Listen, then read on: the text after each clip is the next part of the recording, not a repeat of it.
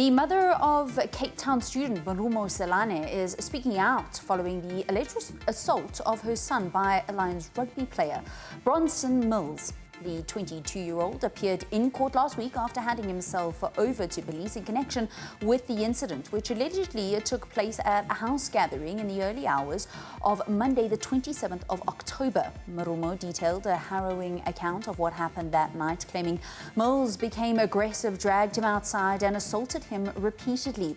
He sustained visible injuries, including bruising and swelling to his face and jaw. As the case makes its way through the courts, Marumo's mother has described the emotional toll this incident has had on her son as well as their family. She joins us now. A very good morning and welcome to the AM Report. Thanks so much for chatting to us. How are you, your husband, and importantly, Marumo doing at this time? Thank you, Valen. Thank you for having me. We're doing okay. I think it's been quite a traumatic time for Marumo specifically, and for us, just navigating this that was so unexpected. And really our focus right now is on him, and he's studying exams this week, so he's just, wanting him to focus on that, yeah. Can you just briefly explain to us what actually happened in the early hours of that morning? We understand that they were at a mutual friend's house. Yeah, I mean, Marumo was actually at a house that he's been to before. So he was not at a stranger's house. He was in the company of people that he knows. They'd been out to a restaurant, and then you know how the youngsters are, let's go back to the house. And it's there when the events kind of started changing, and Bronson was quite aggressive apparently to Marumo, wanting to know why he's there. There was an issue around food, that Marumo was stealing food, which is quite strange because he's in a house where there is food and everybody's, in the company of people he knows. And then, yeah, I mean, what happened after is that he dragged him outside. And of course, this is his story. And do you feel it was a racially motivated attack? I really can't speak to that. I think that Marumo was at a friend's house, who's a mutual friend of Bronson, and obviously he's there because they all, there were other black boys at the house as well. So I'm not sure whether I think it was just fueled by an aggression and a culture of bullying, really just picking up on the weaker one, which is what seems to happen in these kind of group settings, is that you identify the weak link and the bullying kind of is intensified by that. So I really can't speak to whether it was racially motivated or not. These are, however, young men. Do you think that there were any other factors? I think that your son had mentioned to other media outlets that there could have been alcohol and narcotics involved.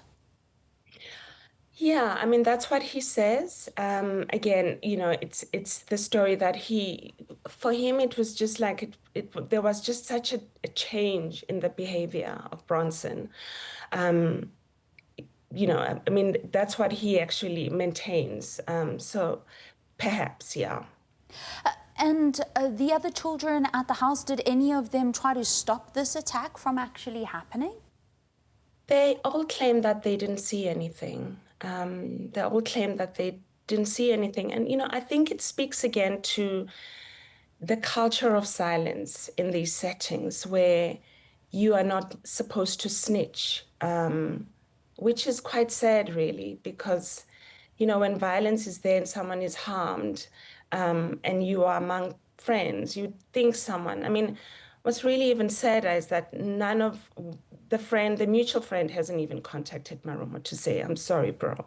I'm sorry about what happened and how are you, which for me just speaks to this silence, which is probably, again, fueled by a sense of intimidation. I'm not going to speak on it because I don't want to be the one who, snitches.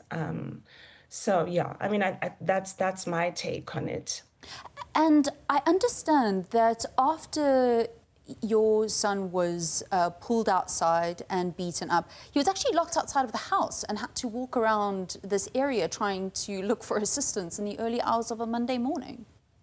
Absolutely. I mean, when we went to kind of look at the area, he had to run about 5 kilometers from the house where the incident happened, and without any shoes. His watch was also lost. Um, and thankfully, there was a good Samaritan who called an Uber for him to go back to his residence.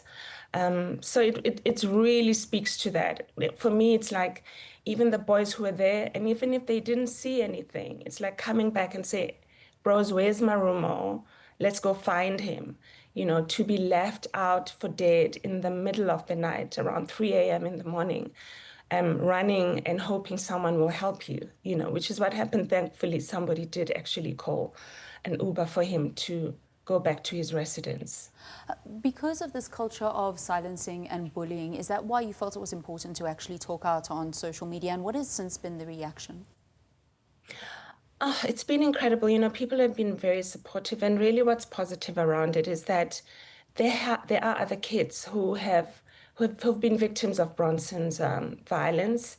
You know, from school, and I'm not going to speak on them. Obviously, I've got to protect the individuals, but it seems that there's this culture of like beating up sprees where you just go out and beat people, and just because you are a prominent person or you're bigger than them, I really don't know.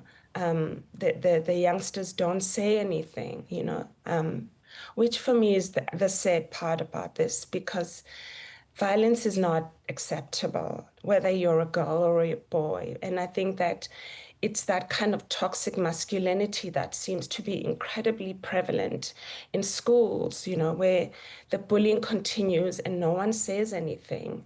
And really, my thing was to speak up on it. And I know I made Marumo incredibly nervous around it, obviously, because of all the media attention around it. But if we don't, then everybody else is going to think that silence is the norm, and it's not.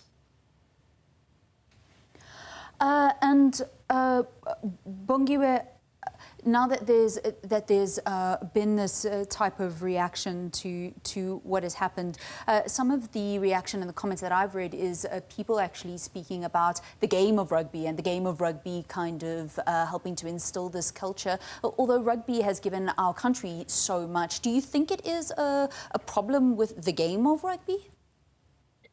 You know, I can't speak to that. We are a family that loves sports. We love rugby. You know, and I think for me, it is really about character. You know, if you are chosen to represent a province, or you have that talent that really has propelled you to a level of provincial or even playing for a country, there's a character that's expected, you know, and it's about understanding that you're no longer just representing yourself, you're representing a people, a group of people, and that you're playing a sport that really sits at the core of what unites us as South Africans. And for me, it is my hope is that there's a lot more intervention in the selection, and not just, you know, that talent has to be accompanied by character. Talent has to be accompanied by a sense of you are here now and this is the role you're playing, and not this kind of willy-nilly, I'm a celebrity, I play for a province and so I can do whatever I want. So no, I really can't speak up broadly about whether that's the culture of rugby, but I do think that if you're an athlete and a sports person, you have to behave accordingly. Bongiwe Selane is the mother of Marumo Selane, who was allegedly assaulted by Lions Rugby Centre. Bronson Mills, thank you so much